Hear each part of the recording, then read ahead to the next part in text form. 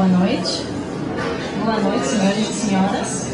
Bem-vindos a mais um evento do IFESP, organizado em parceria com a FNAC Paulista, no âmbito das atividades do nosso polo de atividades culturais do Instituto de Estudos Franceses e Europeus de São Paulo. Hoje temos o prazer de receber aqui na FNAC uma equipe que montou uma comédia a partir de um texto francês e que está em cartaz desde o dia 2 de setembro até o dia 25 de novembro no Teatro Imprensa. A equipe, 2 atores, uma produtora, diretora que montou a peça aqui do lado a partir do texto Le Fait d'habiter Bagnolet de Vincent Delerme. Temos então o prazer de receber a Tatiana Dau, Alessandra Vertamati e o Roberto Borges. Obrigada pela presença. A gente gostaria de entender um pouquinho a história dessa aventura, começando pela escolha do texto. Escolha de um texto que é pouco conhecido, de um autor que é pouco conhecido e que é, sobretudo, muito pouco conhecido como escritor, Vincent Delerme, conhecido na França como cantor, cancioneiro da nova cena musical francesa. Roberto, você quer começar? Bom, boa noite a todos. Sou Roberto, junto com a Alessandra, estamos na peça como atores e somos também os realizadores do projeto. A Tatiana também integrou a nossa equipe depois. Então, sobre o texto, como é que surgiu o texto? Um autor que não é conhecido como autor, como músico. Eu vou contar mesmo o que aconteceu, na verdade. Eu estava morando na França, eu tinha uma professora francesa, Christine, que eu pedi para ela me apresentar alguns autores de música francesa interessantes, para ela me apresentar. E ela me apresentou Vincent Delerme e eu achei as letras assim, simplesmente maravilhosas, tinha um humor muito peculiar. E começou assim. Então eu comecei a escutar bastante o Vincent Delerme. E morando em Paris, como sou ator, me interesso por teatro, acompanhava a programação cultural da cidade e fui surpreendido por uma peça escrita por ele no Teatro do Rond-Point, que fica ali no Champs-Élysées, em Paris. Resolvi ver o que era, né, como será esse autor no teatro, né? Quer dizer, eu que gostava tanto das letras do Vincent Delerme, como seria a transposição disso para o teatro.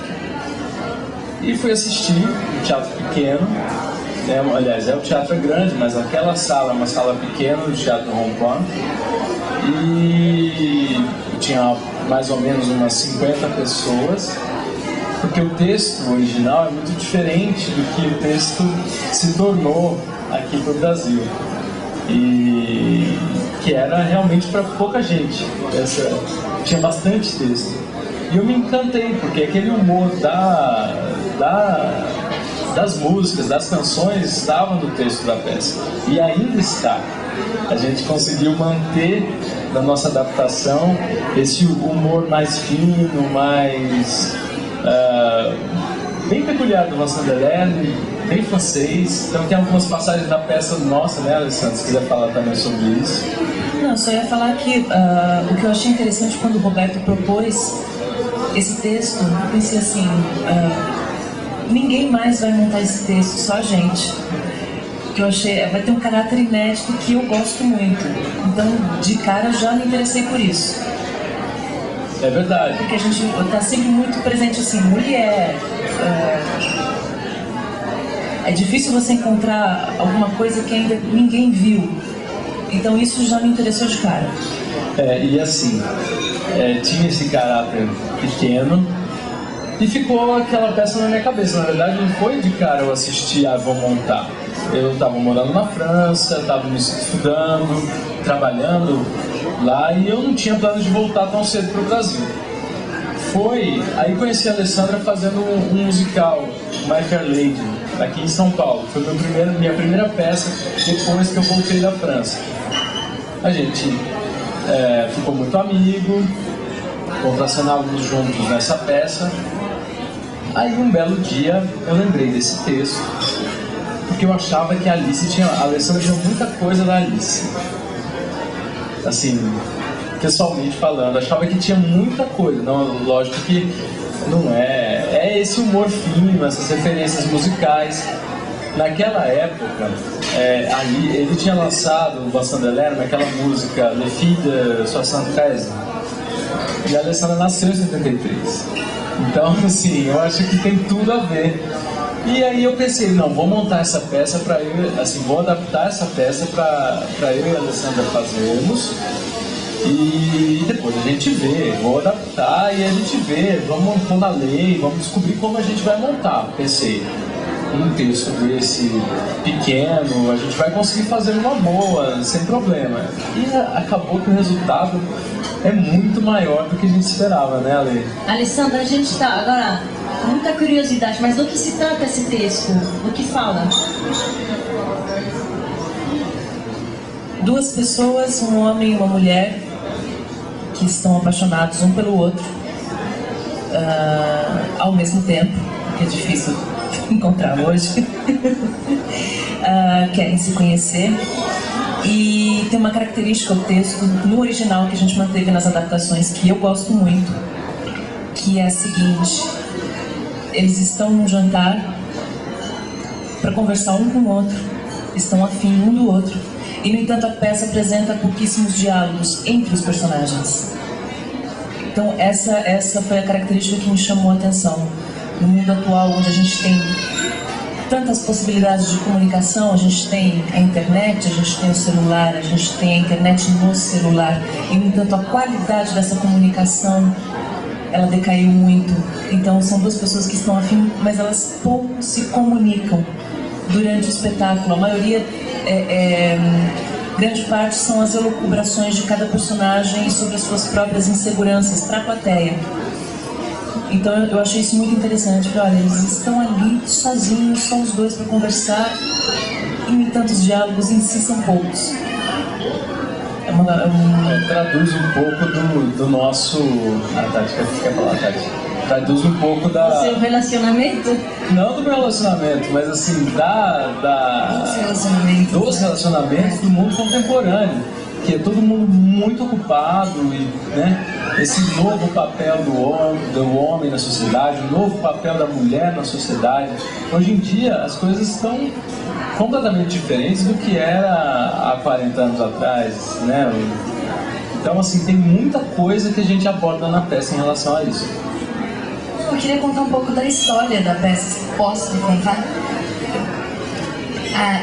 O espetáculo ele começa com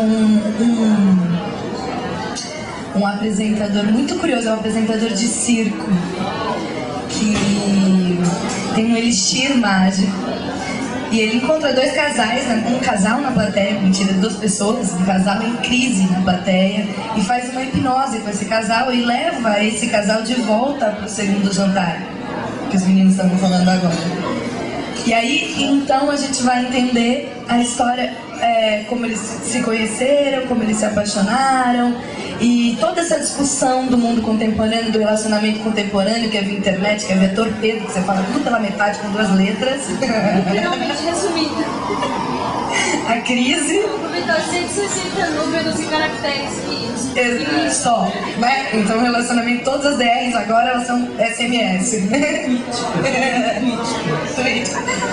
Né? E aí a crise e o auge da crise, como eles retomam de volta o amor e não, vamos viver e vamos tentar e vamos embora. Acho que isso e o que eu acho, só que esteticamente o espetáculo ele é assim, ele é uma coisa.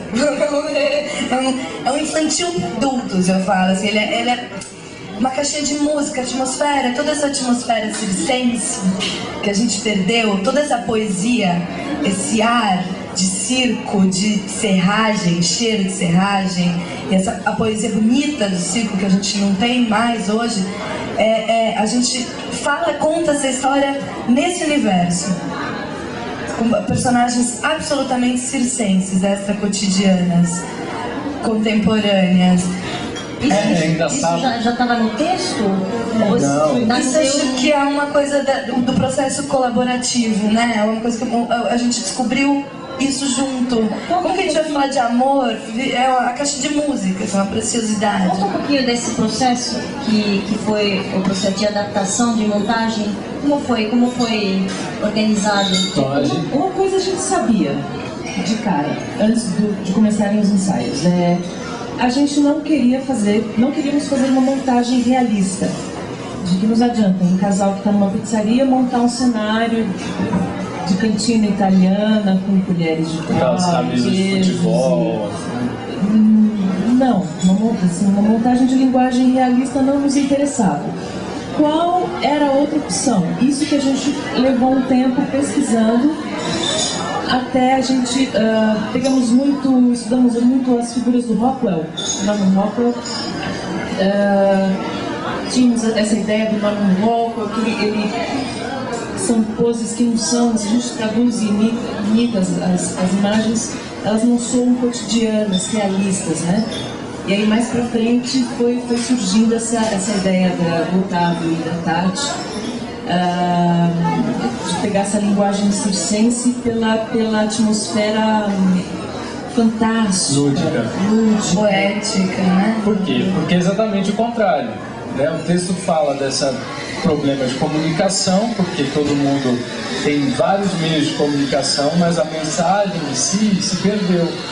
Porque está tudo muito tecnológico, então vamos resgatar a poesia, vamos resgatar as imagens, o cheiro de serragem, a luz, quer dizer, então a gente resolveu trabalhar com essa antítese, né? E que isso nasceu na sala de ensaio, num trabalho em cima do texto que a gente fez, as imagens com o Rockwell, e tá no texto, tá tudo